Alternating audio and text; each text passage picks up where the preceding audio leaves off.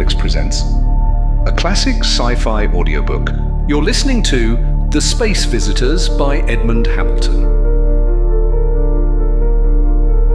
Welcome to this audiobook of The Space Visitors. First published in 1954 in Imagination, this gripping tale comes from the legendary Edmond Hamilton, a key figure in early science fiction whose imaginative stories helped define the genre. Known for his vivid space operas, Hamilton explores a different kind of cosmic terror in this story, an alien threat beyond human understanding. In The Space Visitors, Earth becomes the target of a mysterious and devastating assault. Alien structures begin scraping the planet's surface, killing hundreds of thousands and devastating entire cities, yet no communication or contact is established with these beings. Hamilton draws a chilling parallel between these events and the way human fishing nets plow through the deep sea, with no regard for the creatures below. The story asks, what if we are the fish? Small, insignificant, and unable to comprehend the forces destroying us. As the world reels from this incomprehensible menace, humanity desperately unites under the threat of total annihilation, hoping to defend against an enemy they cannot see or understand. We hope you enjoy this thought-provoking and suspenseful journey into the unknown in The Space Visitors.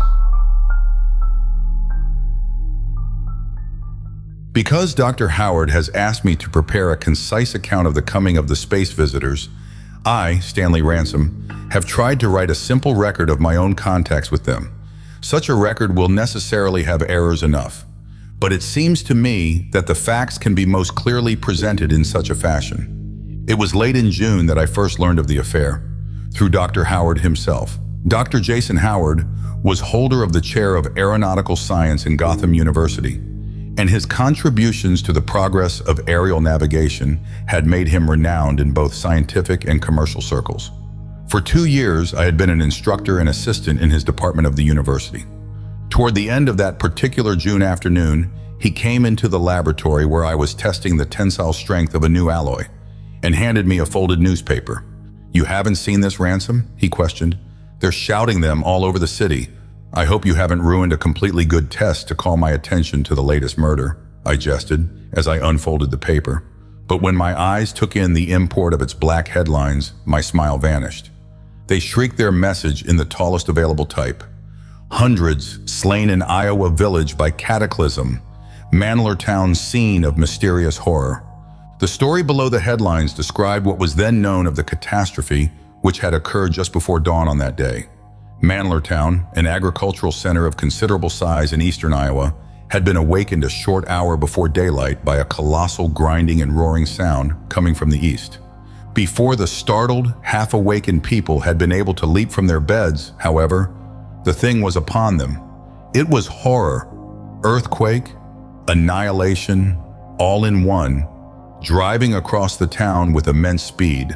A terrific crashing of shattered buildings spread through the community, and for an instant, the gigantic grinding roar seemed receding westward. Then, it had stopped completely.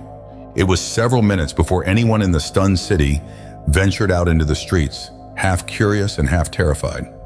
But those who finally did so were paralyzed by astonishment and terror, for a colossal path of destruction had been cut straight across the city's northern section. It was like a gigantic trench or canal gouged out by a superhuman instrument, being over 1/4 mile in width and almost as great in depth. It began in an open field 3 miles east of Manlertown and ended in a thinly settled suburban section a mile westward. Houses, people, trees, fences, roads, everything that had lain in the track of the unknown destroyer had vanished as though it had been whirled into space. And there lay open to the sun nothing but this vast wound in the Earth's surface. Hundreds of people, it was estimated, had gone to death in the moment of the unparalleled cataclysm. It is not surprising that panic sent the people of Manlertown fleeing in all directions before the coming of the day. The newspaper stated that federal and state authorities had taken every precaution to calm them, and already many who had fled were returning to the stricken town, it being apparent that no further disturbance was taking place. But what had caused this one? Was it an earthquake or a volcanic action of some unheard of nature? No answer could be definitely made, but the geologists and other scientists consulted regarding the thing were in general agreement. It could only have been caused, they stated, by some giant meteor that had grazed the Earth's surface and gouged this great scar across it in passing.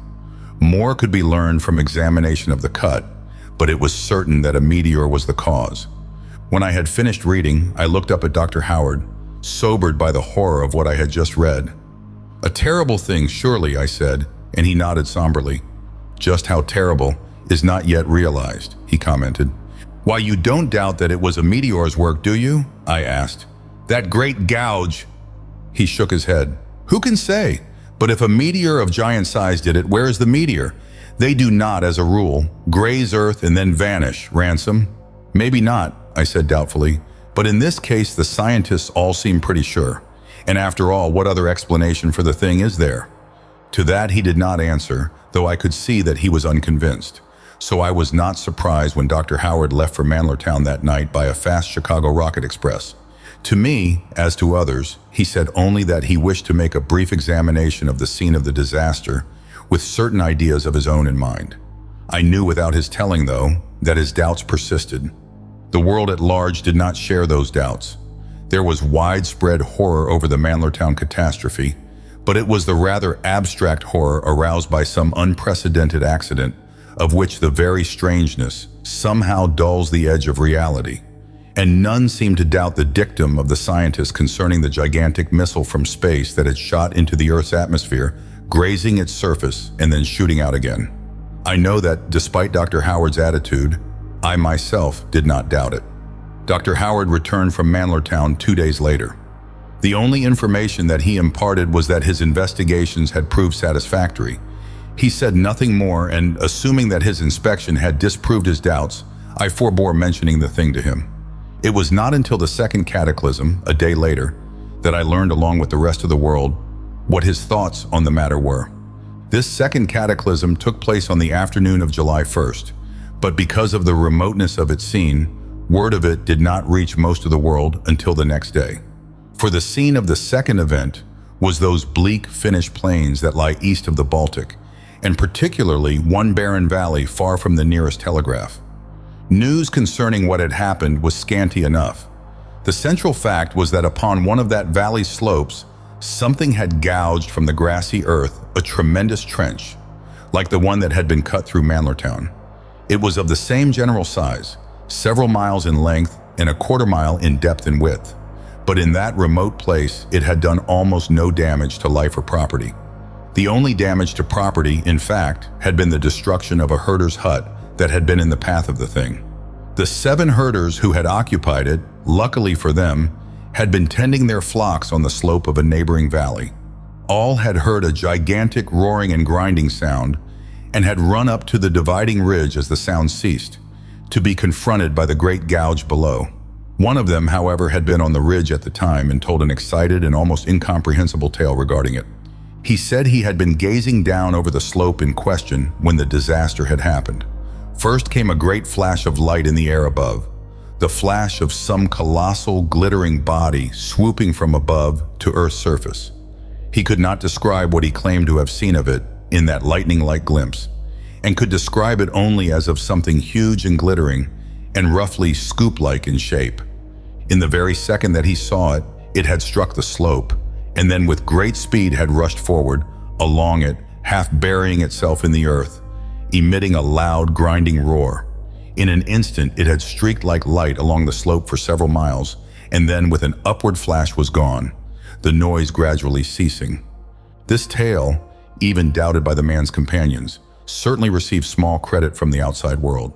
The paper that I read mentioned the story only as an illusion, born of excitement, and went on to point out that while the Mandlertown cataclysm had been repeated, the explanation accepted for it had not been disproved. It simply meant that another giant meteor had grazed our globe, and it might well be that the Earth was passing through a swarm of them. I will own, however, that to me the meteor explanation seemed rather weakened by this so exact repetition of the first catastrophe, and I could not see how this recurring catastrophe could be explained so simply. At the first news of the thing, I had sought Dr. Howard to learn his own views of it, but he was not to be found at the university. And by the time I had met him the next day, I, along with most of the world, had read the late editions of the newspaper in which he first startled the nations with his astounding explanation of the two cataclysms. He stated that he had studied closely the scene of the first cataclysm and had derived therefrom a theory as to its cause, which he believed was substantiated by the second occurrence. No one who has considered carefully the Manlertown catastrophe, he stated, can credit for a moment the idea that it was caused by a meteor. Had a great meteor actually grazed the Earth that night, the sky for 1,000 miles would have flamed with its passing, even had it been able to pass out of Earth's grip after entering it, which is an incredible hypothesis. The cataclysm at Manlertown was not caused by a meteor, but by some vast scoop-like object that was drawn across several miles of the Earth's surface with immense speed, and in that way gouged out the great trench in the Earth. This second cataclysm in Finland was obviously caused in the same way, there being no appearance of a meteor in the sky. The huge scoop of which I speak was actually seen in the second case by the Finnish herder, whose story has been little credited, but the very wildness of which is almost a guarantee of its truth, especially coming from such an unimaginative person. We must accept, then, the theory that on two different occasions within the last few days, a giant scoop of some sort has been lowered from outer space, dragged across the Earth's surface for several miles with incredible speed, and then jerked upward again, taking with it the matter it has cut from the Earth.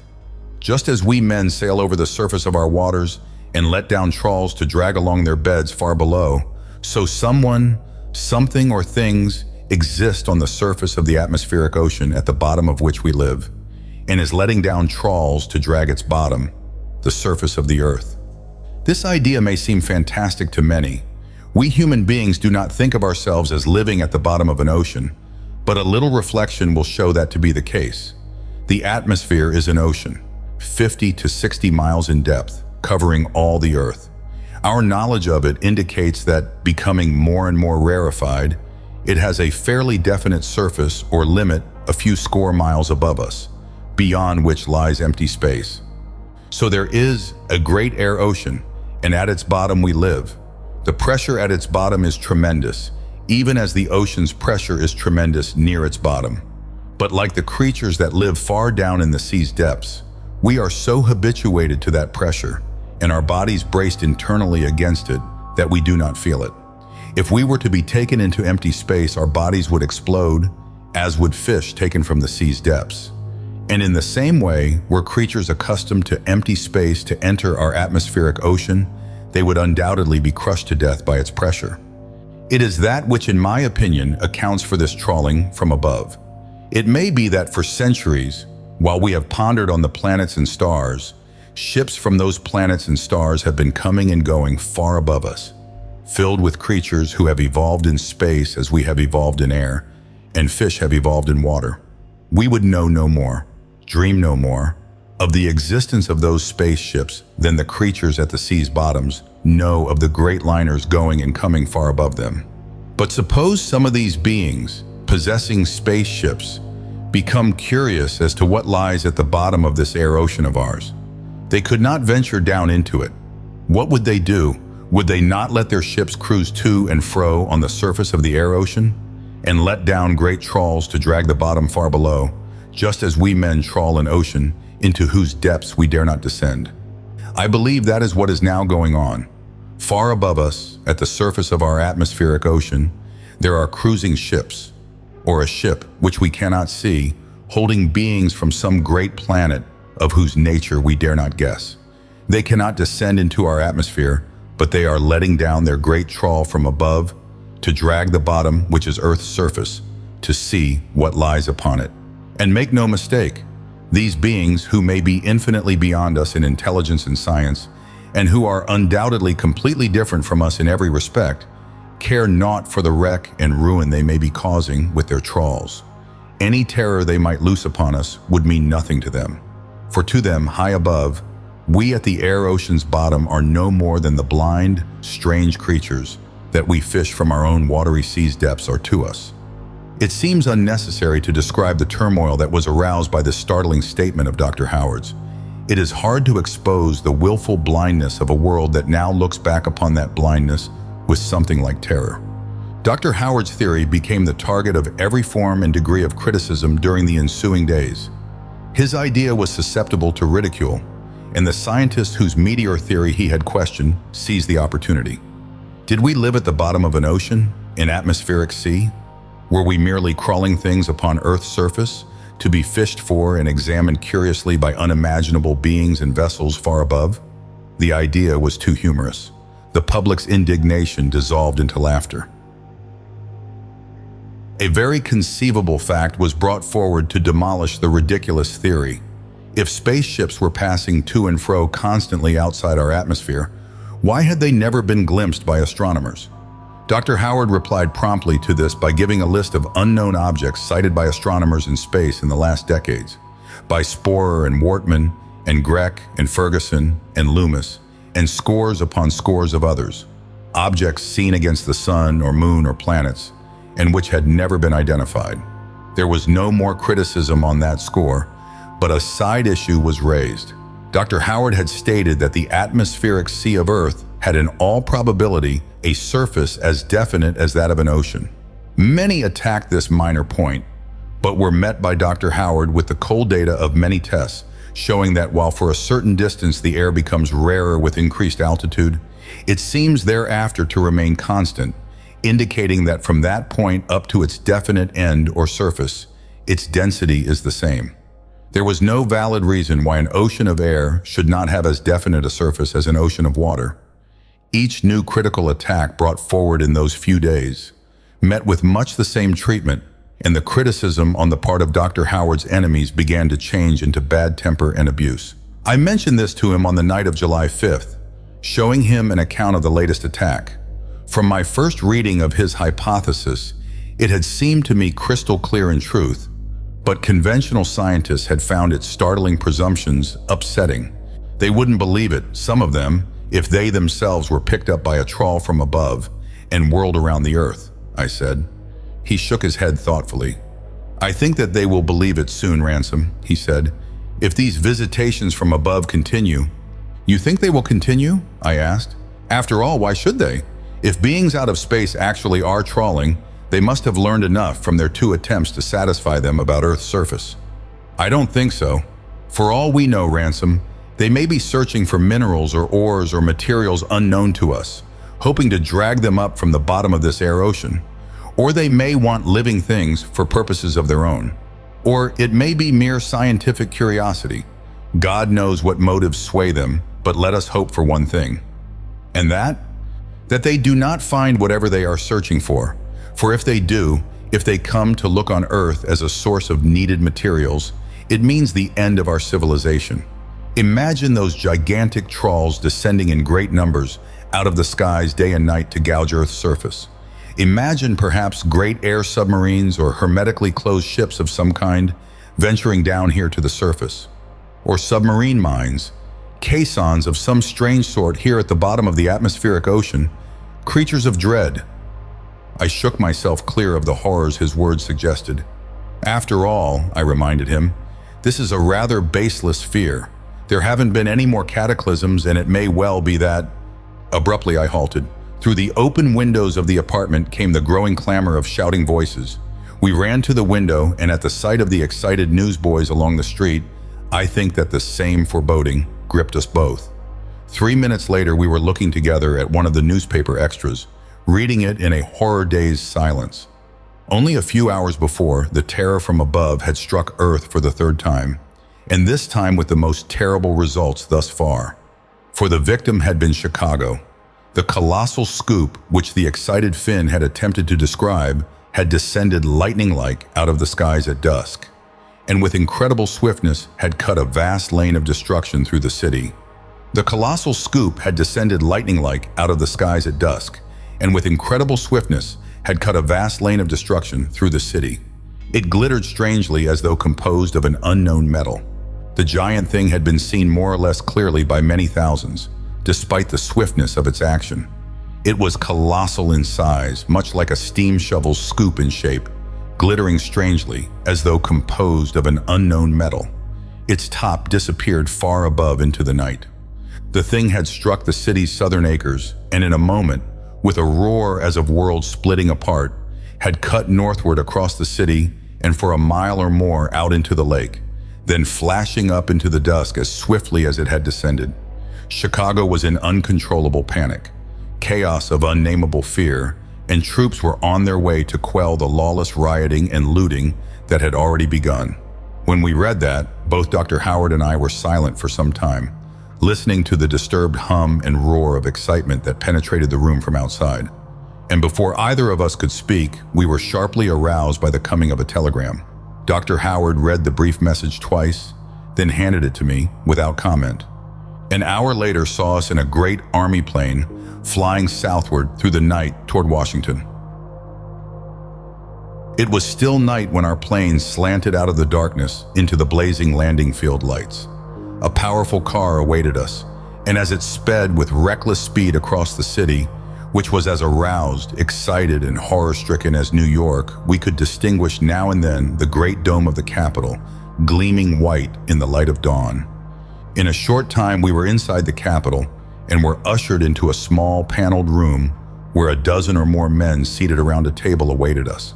I recognized at once the strong face of President Rogers at the table's end, and perceived also the well-known features of the Secretaries of War and of the Navy.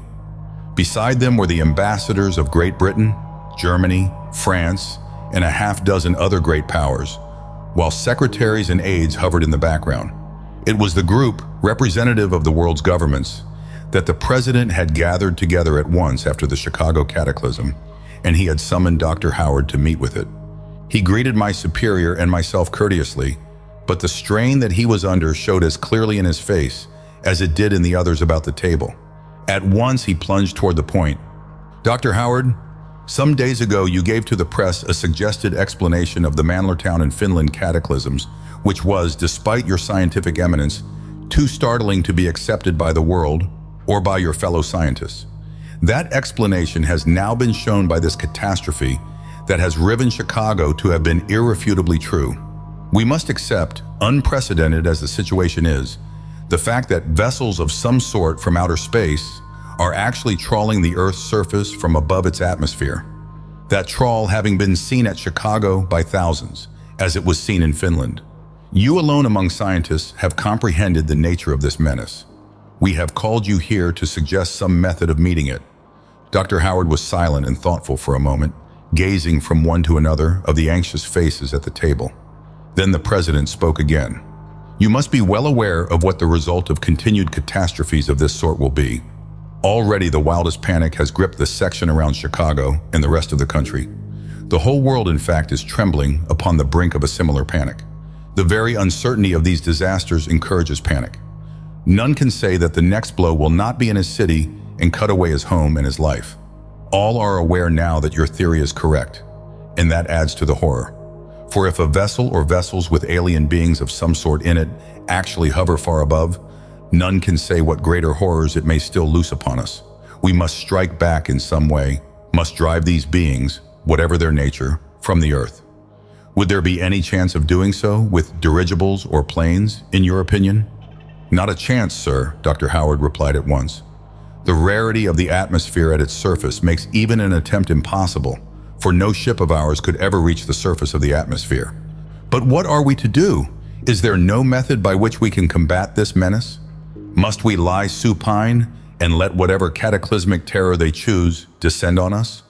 All eyes were upon Dr. Howard as he gravely answered, "Since I first comprehended what lay behind these catastrophes, I have sought for some method of halting them, some method of striking back at whatever ship or ships from space are hovering over us. To find such a method, I have had recourse to the same analogy that has been made so terribly clear to us. The analogy between ourselves at the bottom of our air ocean and the creatures at the sea's bottom. Suppose those creatures far within the sea's depths had some intelligence and science, and suppose they wished to halt the trawling of our ships whose great scoops sweep down now and again upon them. How could they do so? They could not venture up to the ocean's surface. But one thing they could do, and that would be to send up something that would fight for them, that would make it impossible for the trawling ships to cruise longer on the surface. They could, granted science and intelligence enough, construct great minds in vast numbers. These, if attached to air-filled globes, would be swept instantly up to the ocean's surface when released. They would float there indefinitely, and any ships cruising to and fro would sooner or later strike one and be destroyed, unless they were warned by the previous destruction of one. In this way, the creatures of the sea's depths could prevent our cruising above and trawling for them. And this is the way we must use to fight the beings who now cruise far above us. We must mine the air. We must send up thousands of great mines constructed so that they will float up to the surface of Earth's atmospheric ocean and remain near that surface where, we know, the ships of these space beings are coming and going. With thousands of mines floating about, some of the invaders will inevitably be destroyed by a collision with one of them. The others were silent for a moment. Then the Secretary of War broke out. "Mine the air," he repeated incredulously. "But how? How could any mine be constructed to float up in that way, so light as to float on the atmosphere's surface?" "There we have recourse again to our analogy," Dr. Howard declared.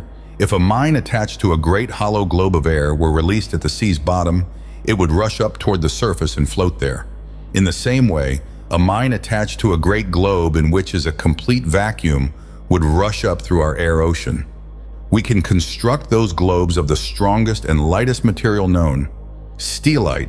As you all know, steelite is the recently devised metal that has immensely greater strength than steel, but the merest fraction of its weight. The tensile strength of a substance, its hardness, and other qualities depend directly upon the arrangement of its molecules. By the recent discoveries of Browning, we know that when steelite is synthetically made, the arrangement of the molecules is such that it forms an extremely strong and rigid substance. This gives the material unheard of strength with unheard of lightness. A 40-foot globe of steelite can be made, with a charge of explosives of terrific power attached to it that will detonate when the globe is touched.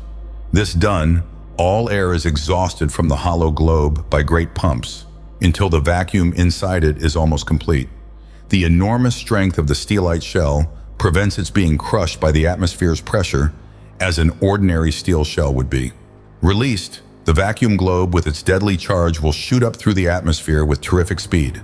Its lightness for its size will be such that it will not halt until it floats on the very surface of our atmosphere. We will make these globes in countless thousands, each with its charge, and release them. Each globe will have a device that will repel any other, so that they do not detonate each other. We will sow the surface of our atmosphere with these deadly air mines.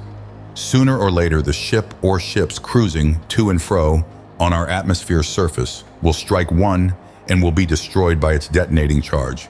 In this way, and only in this way, can we fight back against the beings from space who are releasing this horror on us.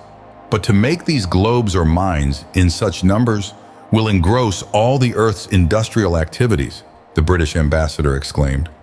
"It will," Dr. Howard agreed quietly. "But what of it? Have you not yet realized that a world crisis is upon us? Have you not yet realized that in this case there is no question of countries or races, of profits or dividends or expediencies, but that we, as men, are fighting for the existence of man, that we are fighting against beings who may be immeasurably more advanced in knowledge and power than ourselves?" "Dr. Howard is right," said the president. "Gentlemen, this emergency must be clear to you all, and I think that it is equally clear that Dr. Howard's plan is the only one that affords any possibility of combating this terror from above. I place all the resources of the United States of America at your command, Dr. Howard, and I know that when the representatives of the other nations here have reported to their governments, they will do the same. The whole world's efforts must concentrate upon the prevention of these terrible disorders. There is but one thing Earth's peoples can do," Dr. Howard said. "Make air mines. Thousands, tens of thousands. They must be turned out in ceaseless floods and released, for it is only with them that we can repel the menace above us. Make air mines." It was the watchword of all Earth's races within a few hours of that momentous meeting. For the President and the heads of the Earth's other governments sent statements in which Dr. Howard's suggested method of combating the danger was stressed as the world's one chance. Thousands of air mines must be made at once and continue to be turned out until the menace was repelled. Scientists agreed, as one man, that it was the one possible way of fighting these grim visitors from space who were hovering in their enigmatic vessels at the surface of our atmosphere.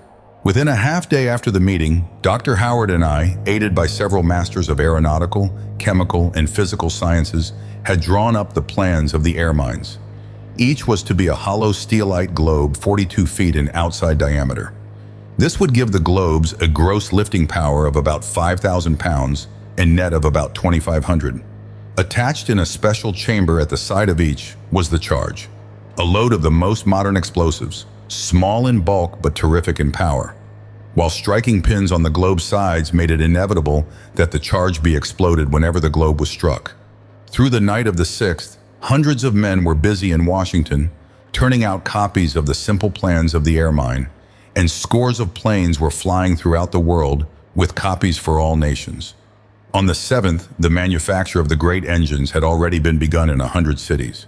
But on the night of the 7th, the terror struck again. This time it was with small loss of life, but the psychological effects were far greater. It was upon Upper Malaysia that the giant glittering trawl descended, flashing down to rip a great trench of destruction through the jungle and along the edge of a native village, then flashing up again, leaving untold panic behind it. As best they could, the governments of Earth sought to dissipate the panic, pointing out that few lives had been lost and urging greater efforts in the production of the air mines. Already the first great steelite globes were rolling out of the big factories and were quickly being fitted with the charge of explosives. It was early on the morning of the 12th that the first air mine was finished and released. Dr. Howard and I superintended the process, which took place outside one of the great Pittsburgh steelite works that was turning out the globes. Anchored securely to the ground, the globe was slowly exhausted of its air by the giant air pump that had been equipped for the task. The pump was disconnected. Then the globe was removed to a large open field nearby and re-anchored. We could see clearly that the mighty globe, of incredible lightness, was straining upward with such force against the anchoring chains that held it that it seemed they must part. Dr. Howard reached forth and turned the lever that held the great globe anchored.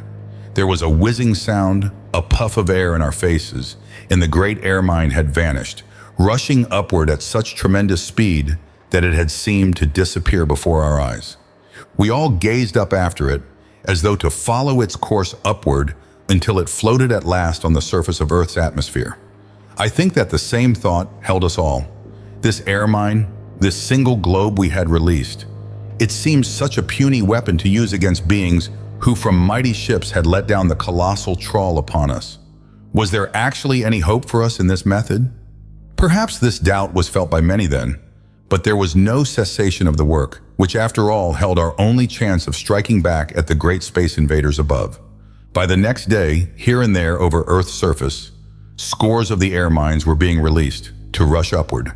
In Germany and the English Midlands, in Russia and Pennsylvania and Indiana, everywhere on Earth's surface where the air mines could be made and assembled, they were being released in groups.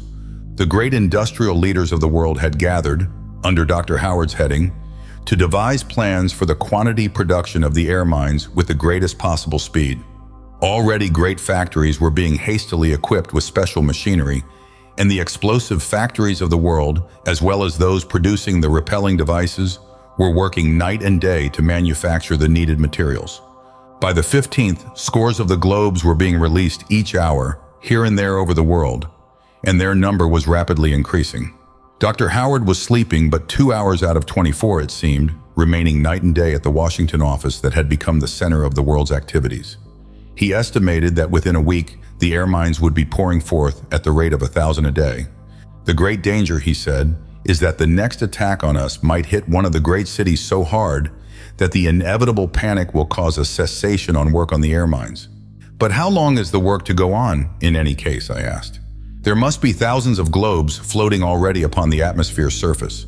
There need to be tens of thousands, hundreds of thousands, he said solemnly. They must be sent forth until these terrible trawlings from above have entirely ceased. I shook my head, for I could see that already many, tired of the ceaseless work, were crying out that the scheme was a crazy one. Others had begun to say that whatever space visitors had been above had already departed. But these statements were swiftly silenced on the next morning that of the 16th by the fifth catastrophe. This fifth blow took place at one of New York's residential suburbs, Scarsdale, and while it took a toll of life exceeded only by that of the Chicago horror, it was different from the others in one odd respect. The great trawl seemed to descend and gouge along the earth with somewhat smaller speed than in the other instances, and was seen very plainly and even escaped from in time by some people in the vicinity. It was described as being very like the familiar steam shovel scoop in shape, but of a glittering metal that all agreed was not native to the earth. The top of it, what supported it, ran up into the mists of the morning sky. They were many shining strands, and very slender for the colossal weight they supported. They gleamed with strange light, and it was the opinion of many that if they were of metal, they had in some unheard of way been given supernatural strength. At Scarsdale, perhaps 1,200 perished in the sweep of the giant scoop, which seemed to make a smaller gash than usual. A few who had heard the trawl crashing toward them had managed to flee from its path in time to escape it. This fifth catastrophe marked the beginning of the terror's last period. Until then, Earth's peoples had hoped against hope that in some unexplained way the whole business was the result of natural forces. But now they could no longer doubt that far overhead were hovering vessels or vehicles, dragging their trawls here and there over the Earth's surface for their own unfathomable purposes. Dread was upon the Earth. At any moment of day or night, the giant trawl might crash down in terrible annihilation. It was the sword of Damocles, suspended over a helpless world. The days after the Scarsdale terror saw the world's activities at their most intense pitch. Dr. Howard and I were occupied without end in the direction of the manufacture and distribution of the air mines, for he was now having them released, not at the factories where they were assembled, but at various points over the Earth, so that they would cover more uniformly the surface of the atmospheric ocean. Day after day we sent them out. I know that to me those days were part of a dream of nightmare activity and tension. Again, the world was waiting in dread for the coming of the great trawl. It did not come again, for reasons which we shall never guess, until the 19th. That interval of 3 days between trawlings was the longest that had yet elapsed. We owe much to it. Perhaps our world, for in those days the air mines were whizzing upward in fast increasing numbers. By the 19th they were ascending at the rate of more than 1,000 a day. All of Earth's peoples, in the industrial regions at least, seemed toiling upon the one task of making the great globes. The world's hopes were raised. We were winning, it seemed, by sowing the atmosphere's surface thick with air mines that sooner or later must demolish all or part of the space invaders. We were exultant even. And then, shortly after dark on the 19th, a trawl flashed down to gouge most of the town of Martiana, in southern Norway, from the face of the earth. On the morning of the 20th, another trawl, or the same one, descended and gouged the bed of the Mediterranean just off Capri and in full sight of its shore. A little before noon on the 21st, a trawl was glimpsed plowing a vast wound in the Sudan desert near a British outpost. And 3 hours later, a trawl cut a terrific trail of annihilation squarely across the city of Algiers. Earth and the races of the earth rocked beneath those fearful cataclysms, striking in such swift succession. With them, the activities upon which our races of man had been so fearfully bent, the manufacture of the air mines, began to dwindle. By the 20th, the number of air mines released had fallen off a little, and after the catastrophes of that and the next day, it was even smaller.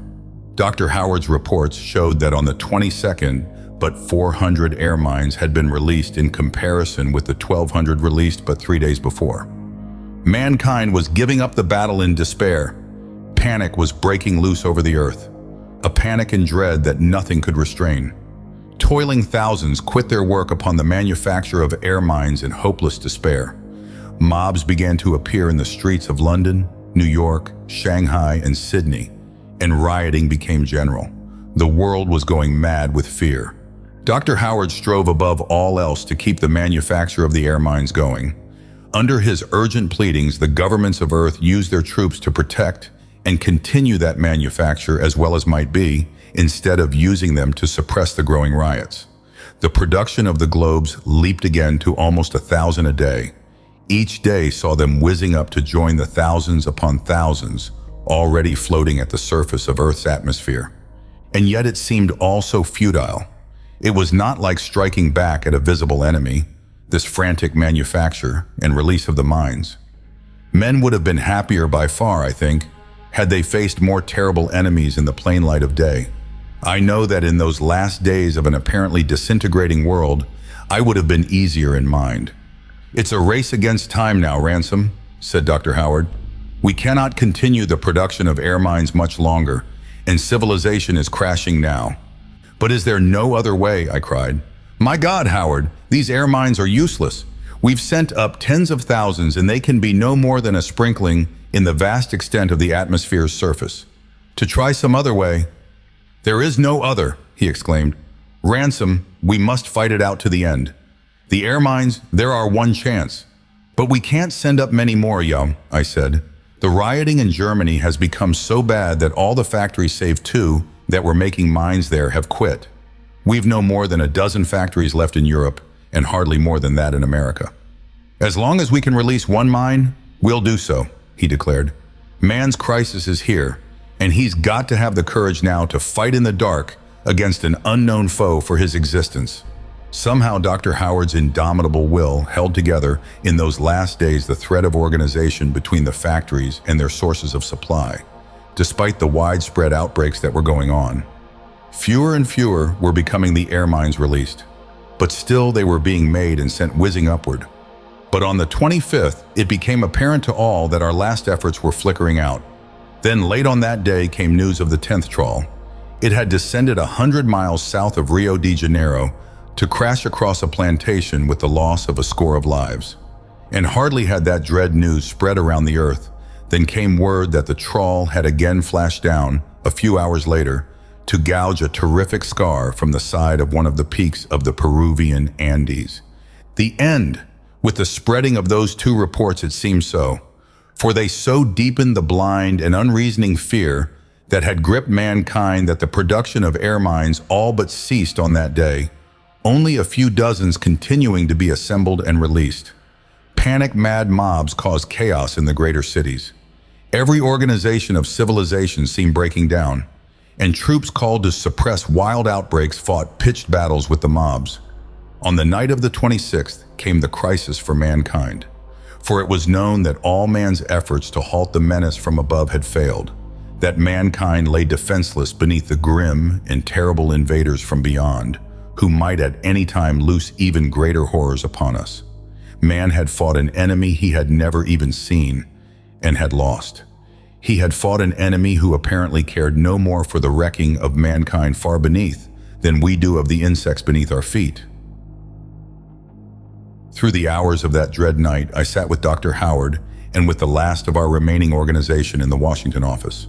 Outside, to the east, the sky was red with the glow of flames, where a mob had set fire to looted buildings. From afar, we heard the crackle of shots, the rumble of hurrying tanks, and the wild uproar of cries as troops sought to bring order out of the chaos of a dissolving civilization. We were silent, in a silence that made each minute age-long. And it was there, silent, almost toward morning, that the last messenger of mankind's hope found us. He was a disheveled young radio operator, and it was some moments before we comprehended what he was babbling frantically forth to us. When we did, 20 minutes saw us in the air and speeding southward through the hard night with an army aviator. Over the fear-mad, riot-blazing city, and through the night out over other cities we sped, at the plane's utmost velocity, Dr. Howard peering ahead with face set, I gripping the cockpit's rim with nervous, trembling fingers. We were still speechless as our plane raced southward. It was not until dawn was streaking the sky eastward that the plane bumped down into a field a few miles from a little Georgia village. We found men awaiting us, in uniform and civilian clothes, and all were half hopeful, half awed. Swiftly, they told us what had happened. Shortly after midnight, citizens near the village had heard a faint, almost inaudible but clear sound of detonation, coming as though from far above. Almost in the next instant had come another detonating sound, as faint as the first, and then silence. But a few instants later, coming from the west of the village, they heard in quick succession 2 terrific prolonged crashings, as of something or things falling from an immense height. They had thought the trawl was descending on them, at first, and had fled from it for some distance. But after moments of hesitation, they had made their way to the scene of the crashes, and what they found had made them get word quickly to the soldiers in a nearby town, whose first act had been to radio Dr. Howard. The captain, who was the commanding officer, told this much to Dr. Howard. Together, we went across the grassy fields. Before us, as we rose over a slope, there loomed a great column of steam going up into the sparkling light of day. We went very near to it before we halted, so near that we could see, even through its veiling, mists, great shattered masses of glittering metal, buried almost completely in the soft earth, from which they had smashed a huge crater in striking. We stared at it for a time, not daring to go nearer for the heat that had caused the steam still radiated intensely from the shattered metal. Not far across the fields was a thinner steam column, and they told us that the colossal metal mass that caused it was buried even deeper in the earth, so deep that hardly any part of it could be distinguished. Dr. Howard and I stared at the two giant geysers of white vapor. It was victory, we knew. Victory, whether partial or complete, over the space visitors who had held Earth beneath such a spell of terror. Far above, cruising on the surface of Earth's atmosphere, two of their mighty vessels had struck a field of the air mines we had released, had crashed in shattering annihilation through the dark night. Victory. Yet it was not as I had dreamed the victory would be. I had thought of a wild climax after a terrific battle. It was so strange, so different. Just Dr. Howard and I and the khaki-clad soldiers and the wondering villagers, standing there in the soft light of the Georgia dawn, in the quiet fields with only the sound of birds about us, gazing so quietly toward those twin gigantic steam columns. Then realization of what it meant struck through to my terror-numbed heart. Victory, whether partial or complete, it meant the dissolution of the spell of horror that had gripped Earth, the gathering of Earth's forces to carry on the struggle, if need be, against foes whom we now knew were not invincible. Victory, and in a few moments the word of it would be flashing out around the Earth. Our victory proved complete after all, at least insofar as it marked the end of the terrible trawlings. Whether the two huge spaceships that had met their end over Georgia were the only ones to come to Earth, or whether there were others that were forced to flee by this destruction of their fellows, we cannot say. We know only that after the fall of those two through the night, the colossal trawls did not descend again. But for days, weeks, and months, the world waited in anxious dread for their reappearance. Even now that dread has not disappeared wholly, for never again will Earth seem to us the isolated globe that it once was. We know now that there are ships that come and go out there in the great void, ships from some near or far planet. They came once to visit the Earth, to trawl in its air ocean with their giant scoops, and they may come again. We cannot say that they will not. We can but pray that they will not. Of their nature, we know no more than before. Dr. Howard and the greatest scientists of the world have examined with the utmost minuteness the two great metal wrecks in Georgia, but have been able to learn comparatively little from them. So fused into molten metal were they by their plunge down through the atmosphere. The glittering metal of which they were constructed has proved quite strange and impossible to produce on Earth. There have been found half-melted instruments or mechanisms in small number, whose purpose we cannot as yet understand. What of the beings who man those mighty ships? That is perhaps the greatest question of all, and the most insoluble. A thin coat of strange glistening slime was found on a few parts of the two wrecks not melted. Whether that is all that remains of the space visitors of those ships, whether their bodies were solid or liquid, or even gaseous or merely force emanations, we can offer only theories. The world has recovered fully from those days of horror, and in recovering has given to Dr. Howard the honors due him.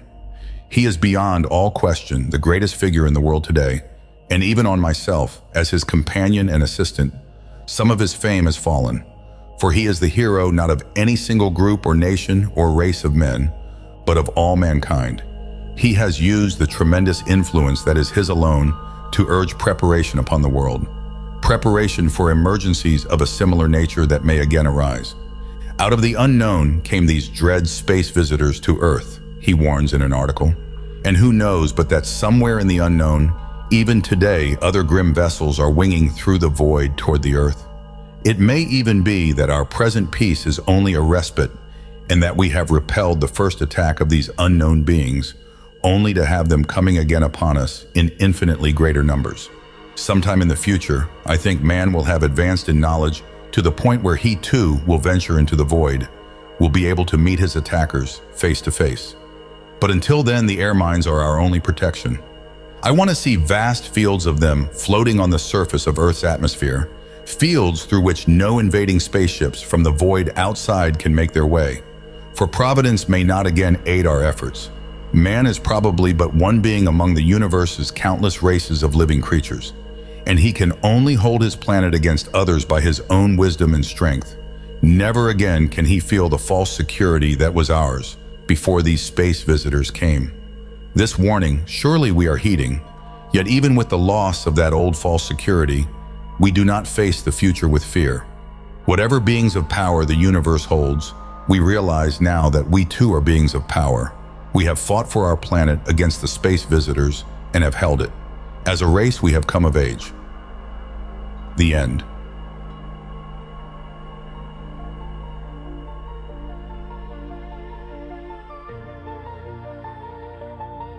Thank you for listening to The Space Visitors by Edmond Hamilton. We hope you enjoyed this journey into classic science fiction. If you'd like to explore more timeless stories, be sure to visit our channel, where you'll find a wide selection of audiobooks ranging from science fiction to adventure, non-fiction, documentary, and more. If you enjoyed this audiobook, don't forget to like the video, subscribe to the channel, and leave a comment letting us know which stories you'd like to hear next. Your engagement helps us continue to bring classic literature to life for listeners like you. Visit our channel page to discover more great audiobooks that may pique your interest. Thank you again for listening, and we look forward to having you with us on our next adventure.